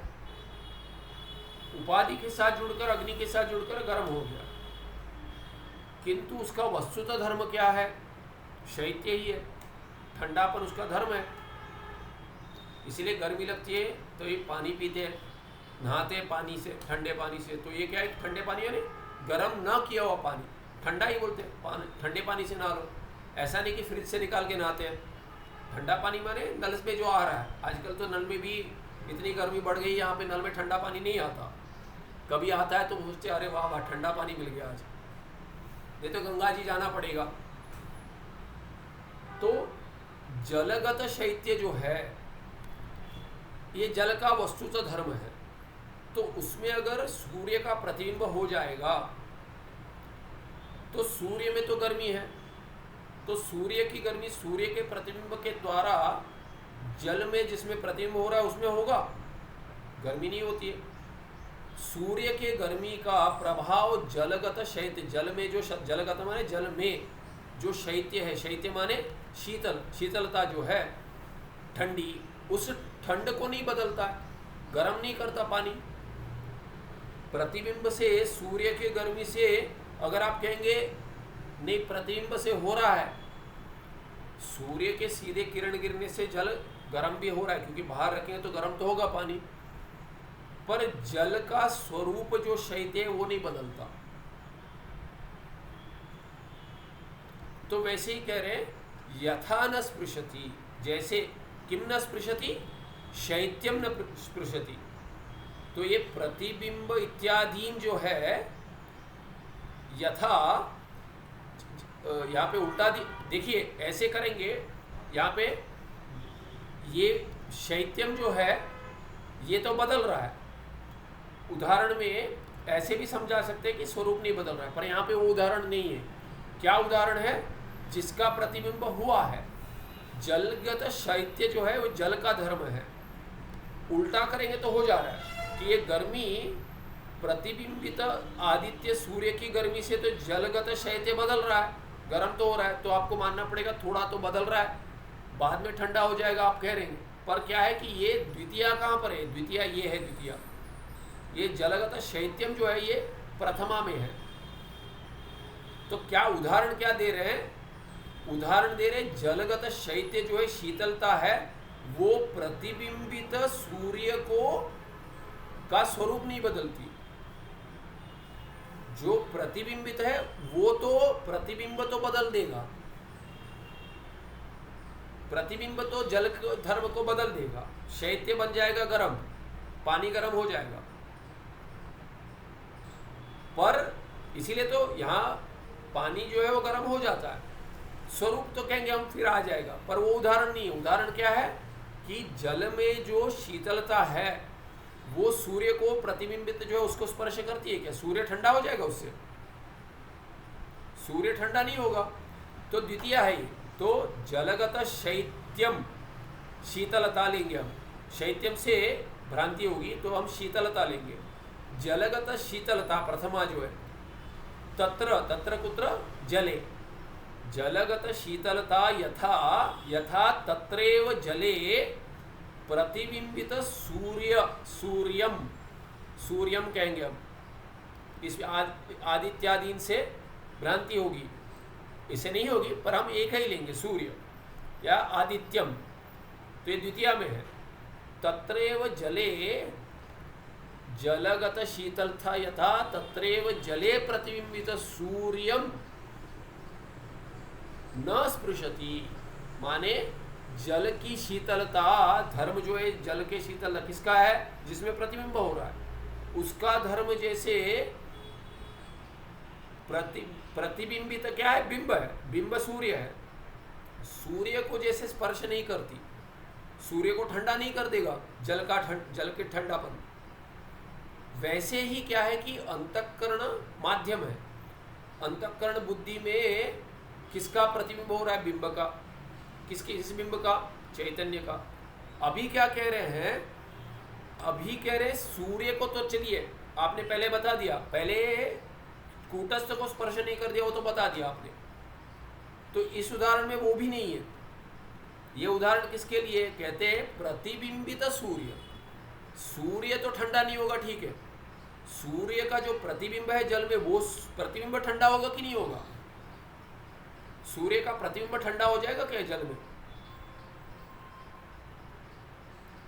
जल ठंडा है, ठंडे जल में सूर्य का प्रतिबिंब हो रहा है, प्रतिबिंब ठंडा है कि गर्म है?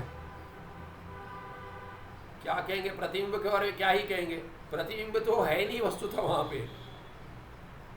तो प्रतिबिंब ठंडा होना करके सोचता भी नहीं है कोई, प्रतिबिंब ठंडा हो जाएगा, अरे नहीं उसमें डालो प्रतिबिंब ठंडा हो जाएगा। जैसे सोचिए कि मोबाइल है, ठीक है, गंगा जी ले जा रहे हैं, गंगा जी में कुछ दिख रहा है, या कोई कहीं पे नदी इत्यादि में कहीं कुछ दिख रहा है, वहां पे अरे बहुत सुंदर है, वहां पे मछली दिख रही है, अरे कितनी मछलियां हैं, कुछ खाने। जैसे श्रृंगेरी जाएंगे, अगर हम गए श्रृंगेरी तो देखिए श्रृंगेरी में वो तुंगा नदी में मठ के पास ही मछलियां आ जाती है बहुत, और पानी बहुत साफ सुथरा है। अभी गंगा जी में जब भी बारिश होती है, ठंड को छोड़कर बाकी दिन क्या है कि थोड़ा बीइंग सेडिमेंट्री, थोड़ा मैला रहता है पानी में, मिट्टी मिला हुआ रहता है। तो उसमें क्या है कि ठंड में जैसे कुछ ये दिखते हैं जहाँ पे प्राणी का वास दिखता है, वैसे नहीं दिखते, मछलियाँ नहीं दिखती। तुंगा में क्या की कहावत है कि गंगा स्नानम तुंगा पानम, गंगा का नदी स्नान के लिए, पर पीने के लिए तो तुंगा का पानी है, स्वच्छ है। तो वैसे तुंगा नदी में मछली दिखती है, वो मछलियाँ आती है, उनको कुछ खिलाते हैं, तो खिलाते तो मछलियाँ बहुत सारी आ जाती है। अभी आप सोचिए कि आप अपना कैमरा लेकर, फ़ोन लेकर फ़ोटो निकाल रहे हैं, कैमरा का ही प्रतिबिंब होगा उसमें। कैमरा में तो पानी नहीं लगना चाहिए। आप बोलेंगे अरे मोबाइल में पानी मतलब गीला हाथ है तो हटा दो। अभी कहेंगे अरे मेरा कैमरे का प्रतिबिंब गीला हो जाएगा, कहते हैं आप। कैमरा दिख रहा है तुंगा नदी में, अरे नहीं मैं नहीं दूंगा। क्यों नहीं दूंगा? क्योंकि प्रतिबिंब गीला हो जाएगा उसमें। ये सोचता नहीं है कोई। तो ये उदाहरण है यहाँ पे कि कहते हैं कि जलगत शैत्यम तत्र आदित्यादि नहीं कहा, प्रतिबिंबित आदित्यादि। आदित्य, चंद्र, सूर्य, चंद्र इत्यादि जो प्रतिबिंब थे वो जल की शीतलता उसको स्पर्श करती है क्या? नहीं करती है। प्रतिबिंब को तो नहीं करती है स्पर्श। मूल को तो नहीं करती, बिंब को, वो तो पहले कह दिया कि कूटस्थ चैतन्य को तो स्पर्श नहीं करेगा। बुद्धि में जो बुद्धिगत जो कर्तृत्व भोक्तृत्व पुण्य पाप है वो तो चैतन्य को तो स्पर्श नहीं करेगा, हम मानते हैं, पर प्रतिबिंबी को स्पर्श करेगा ये मानिए, चिदाभास को। पहले कह दिया चैतन्य, कूटस्थ चैतन्य तो कर्ता भोक्ता नहीं है, पर चिदाभास तो कर्ता भोक्ता है, क्या आपने, वही जीव है। पर अभी कह रहे हैं कि चिदाभास भी कर्ता भोक्ता नहीं है। क्यों? क्योंकि चिदाभास तो प्रतिबिंब है। प्रतिबिंब में माध्यम का शैत्य जैसा उदाहरण में स्पर्श नहीं करेगा। मोबाइल फोन गीला नहीं होगा आपका, पानी लगाएंगे तो होगा, पर उसका प्रतिबिंब तो गीला नहीं होगा। मोबाइल फोन तो गीला नहीं होगा। तो कोई नहीं कहता कि मोबाइल फोन का प्रतिबिंब है, मोबाइल फोन गीला होगा, ऐसा नहीं कोई सोचता, नहीं तो फोटो ही नहीं निकालेगा वहां पे। वो तो ठीक है, समझ गए, पर मोबाइल फोन का प्रतिबिंब तो गीला हो रहा है, नहीं हो रहा है, वो भी सोचेंगे तो गलत है। तो वैसे ही कह दिए, तो अभी चिदाभास भी कर्ता भोक्ता नहीं होगा। क्यों? क्योंकि बुद्धिगत जो धर्म है वो बुद्धि में ही प्रतिबिंब हो रहा है, उसको स्पर्श नहीं करती। तो वो कह दिया तथा वैसे ही क्या, अंतःकरण गत विकाराः, गता विकाराः, अंतःकरण में जो विकार हो रहे हैं पुण्य पाप के द्वारा, कर्म के द्वारा, भोग के द्वारा, परलोक गमन के द्वारा, वो भी क्या है, तथा अंतःकरण गता विकारा अपि तत्र प्रतिबिंबित चिदाभासम न कदाचित भी स्पृशन्ति, कदाचित भी न स्पृशन्ति। एक बार कभी हो जाएगा? नहीं, कभी भी नहीं होगा। क्या नहीं होगा?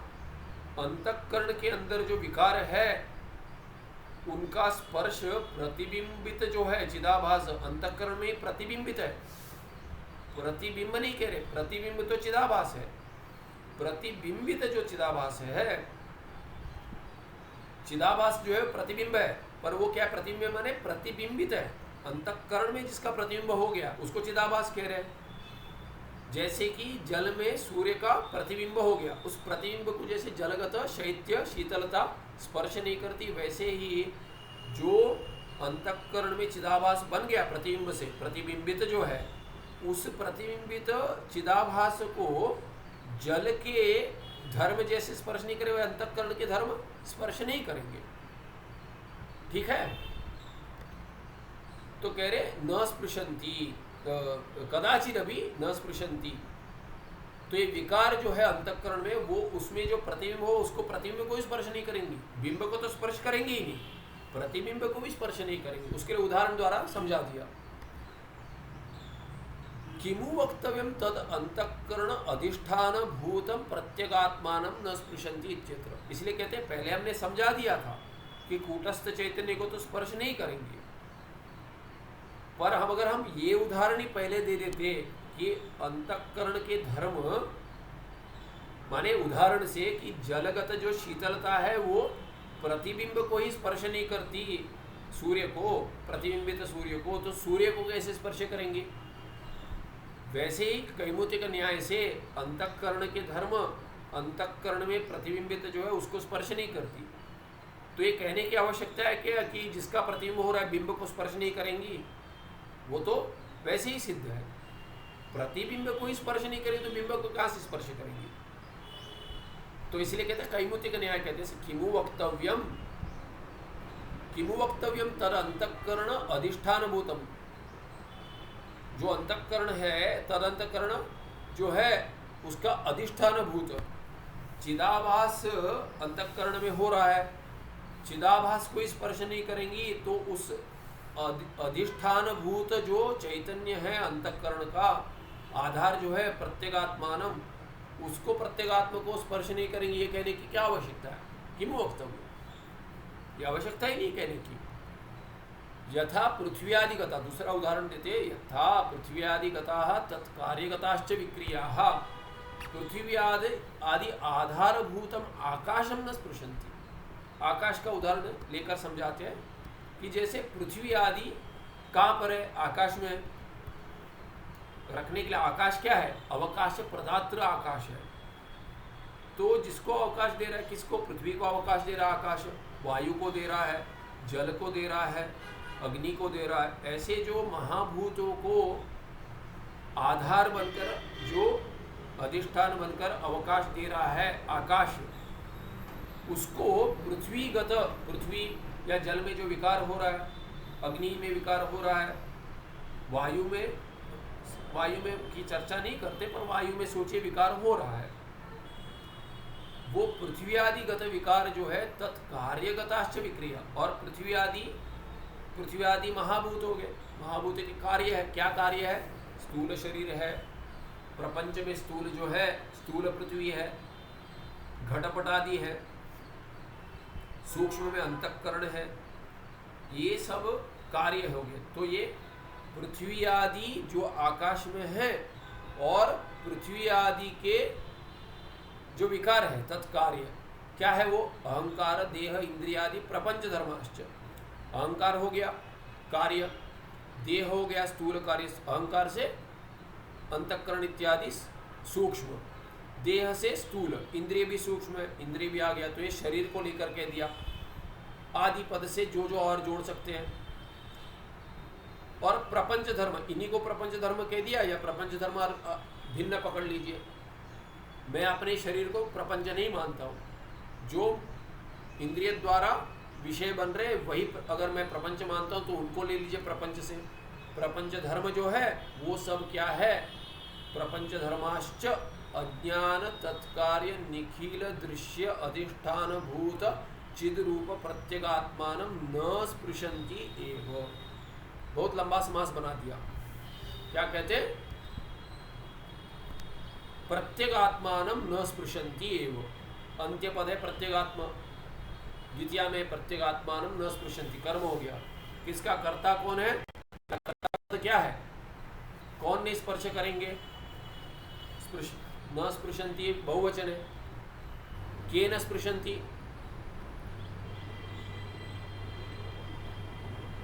प्रत्यगात्मा को कौन स्पर्श नहीं करेगा?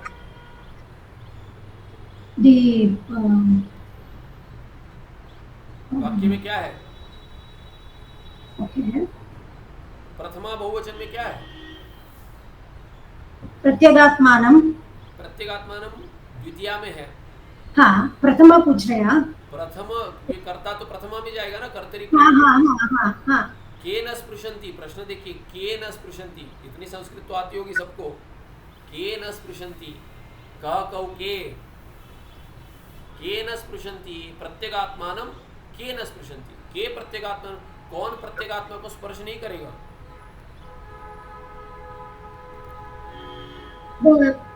चिदाभास। चिदाभास स्पर्श नहीं करेगा। चिदाभास प्रत्यगात्मा को स्पर्श नहीं करता। वाक्य में कहाँ है चिदाभास? कहाँ पर है ही नहीं चिदाभास। वाक्य को देखकर बताइए मेरे को समझ नहीं आ रहा है आपका कहाँ लक्ष्य कहाँ है।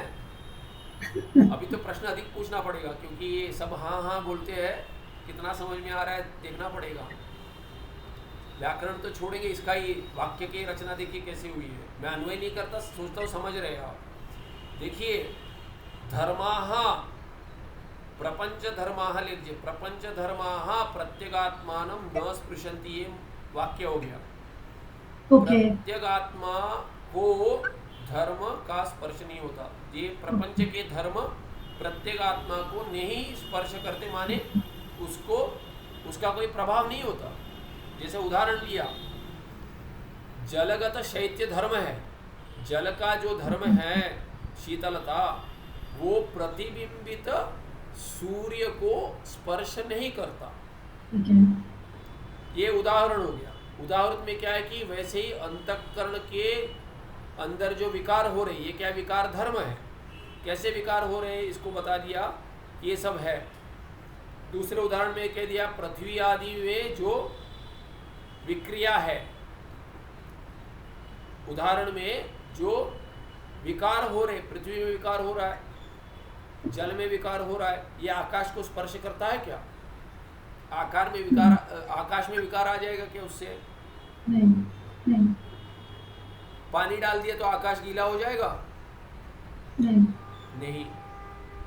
आग लगा दी तो आकाश गर्म हो जाएगा? नहीं। हम क्या कहते हैं, गर्म हवा चल रही है, कई कहते हैं कि अरे आकाश गर्म है यहाँ पे, कोई कहता है नहीं। गर्म हवा चल रही है कहते हैं, क्यों कहीं गर्मी है वहाँ से आ रही है, यहाँ ठंड थी, हवा आ गई। अभी कल हुआ ऐसे गर्मी थी, परसों बरसात हुई, कोई कह रहा था वर्षा नहीं होगी, मैंने देखो बादल ऊपर दिख रहे हैं पहाड़ पे ये, और हवा चल रही है, नीचे आएंगे यहाँ बारिश होगी ही होगी, कुछ देर रुक जाओ होगी।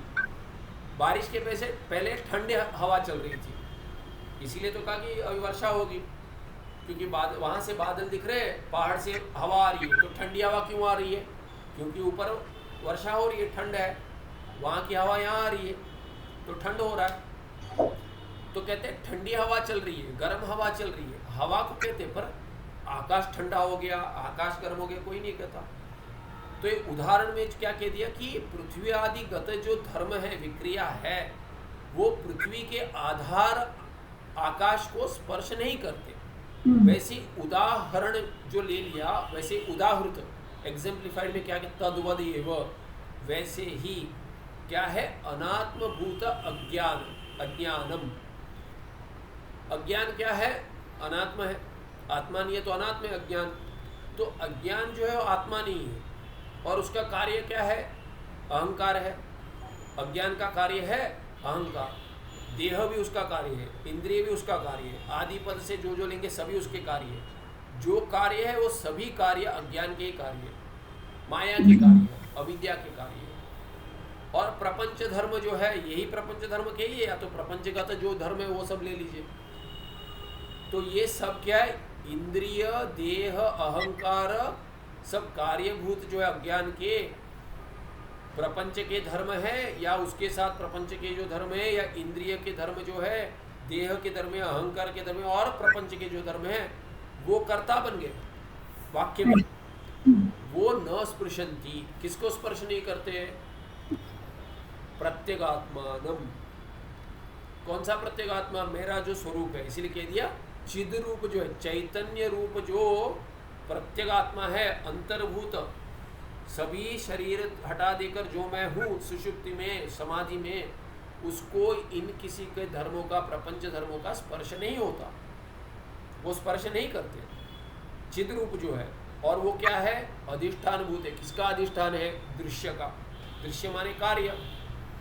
अच्छा, एक दो को ले रहे क्या, तत्कार्य से कोई कौन से कार्य, अहंकार को स्पर्श नहीं कर। अहंकार जो दृश्य है, अहंकार है, देह है, इंद्रिय है, प्रपंच धर्म है, क्या है, सभी है। तो कहते हैं निखिल, निखिल माने सर्व, सर्व दृश्य कार्य जो है वो क्या है, वो स्पर्श नहीं करते, किसको, प्रत्यगात्म को। और वो प्रत्यगात्म क्या है, प्रत्यगात्म अधिष्ठान है। किसका अधिष्ठान है, तो कहते हैं वो अधिष्ठान है सब दृश्य का।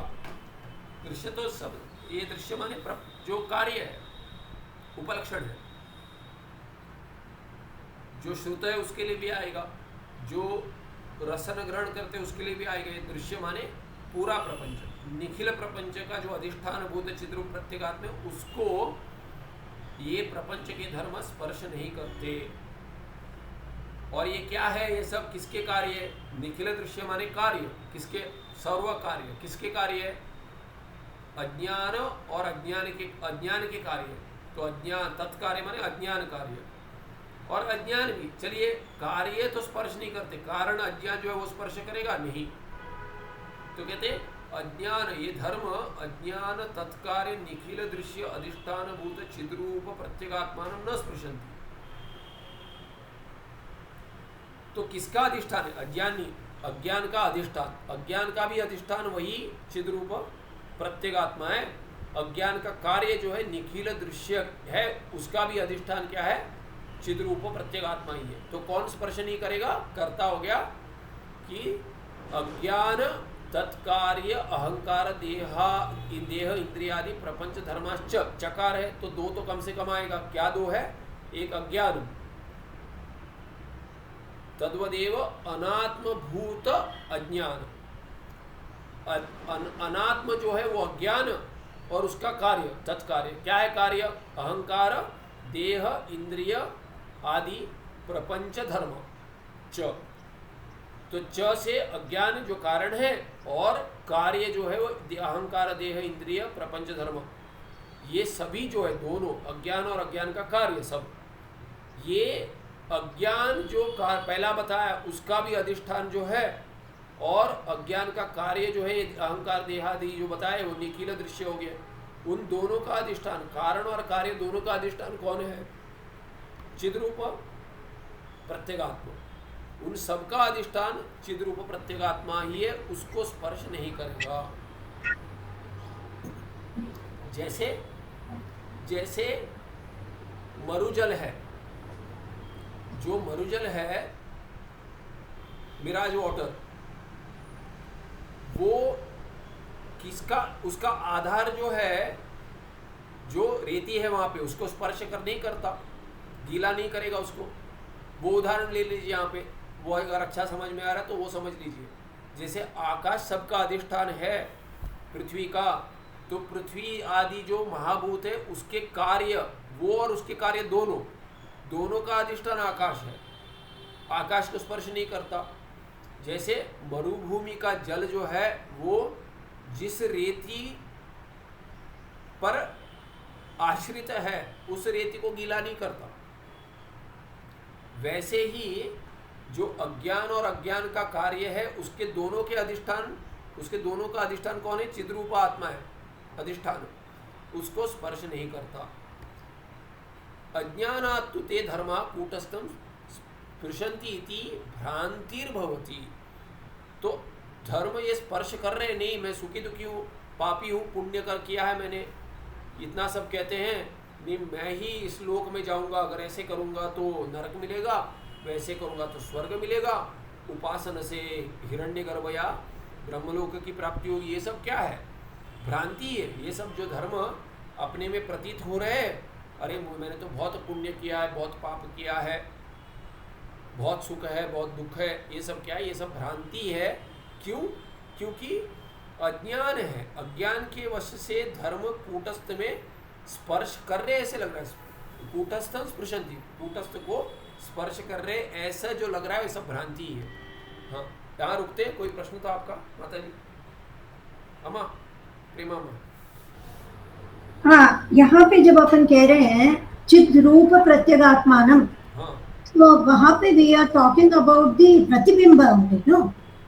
नहीं, नॉट, हाँ नहीं, यहाँ पे तो अधिष्ठान भूत प्रतिबिंब किसका अधिष्ठान बनता है? प्रतिबिंब अधिष्ठान है क्या किसी के लिए? प्रतिबिंब हाँ। अधिष्ठान नहीं है। प्रतिबिंब अंतःकरण में बन रहा है, अंतःकरण का अधिष्ठान है चैतन्य।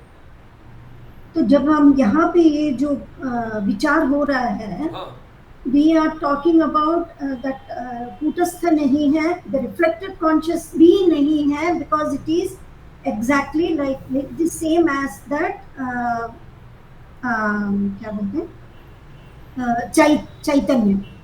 चैतन्यम का ही reflection is not separate from that करके, हाँ, तो प्रतिबिंब is not separate from the बिंब ओरिजिनल, ऐसे सोचेंगे तो यहाँ पे चित्रों का प्रत्यगात्मानम क्यों डाला है? We have to talk about the reflected consciousness. ठीक है, आप जो कह रहे हैं ठीक है, पर देखिए क्या क्या ये उदाहरण किसके लिए दिया है?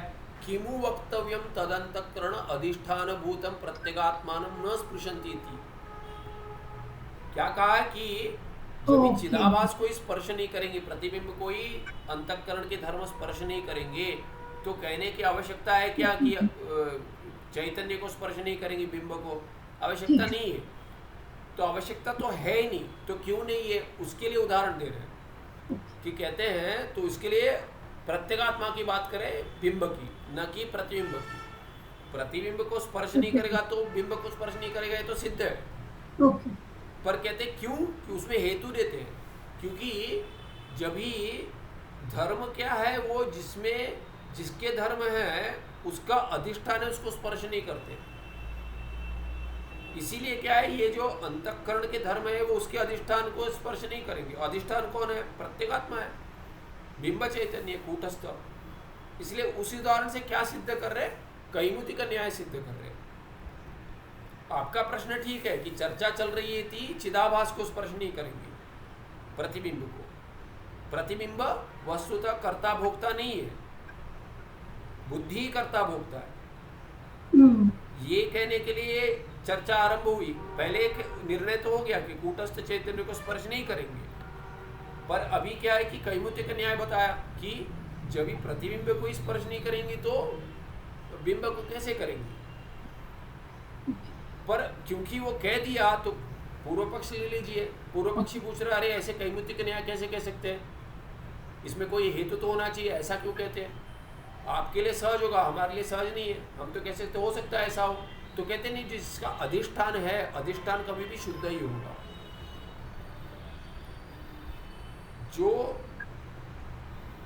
आधार ले रहा है, आश्रित है, आश्रित के धर्म जो है वो अधिष्ठान को स्पर्श नहीं करते। उसके लिए उदाहरण दे दिया आकाश का, और प्रतिबिंब जो है ये जल शैत्य का जो दिया था उसमें प्रतिबिंब पे में स्पर्श नहीं होगा, माध्यम के धर्म प्रतिबिंब को स्पर्श नहीं करते करके कह दिया। आकाश का उदाहरण इसके लिया कि जो अधिष्ठान है उसको भी स्पर्श नहीं करते। इसीलिए क्या आधार क्या है, उदाहरण में तो आधार या आश्रय जो है वो तो वही है कूटस्थ चैतन्य। इसीलिए कह दिया प्रत्येगात्मा माने कूटस्थ चैतन्य, उसको स्पर्श नहीं करते कल्पित आश्रित के धर्म। ठीक है, चलिए यहाँ रुकते, 7:30 तो हो गया, ठीक, अधिक हो गया आज समय। ठीक, सुखम नित्य सुप्रकाशम व्यापकं नाम रूपे अधिष्ठानं बुद्धि बोध्य बुद्धे तदेवान्नमत्तो। ठीक है, कल एक दिन पाठ होगा, तो इस बार 2 दिन का विराम है अनध्ययन, तो 2 दिन ही करेंगे। कल मिलते हैं। ठीक है, नमस्ते, धन्यवाद।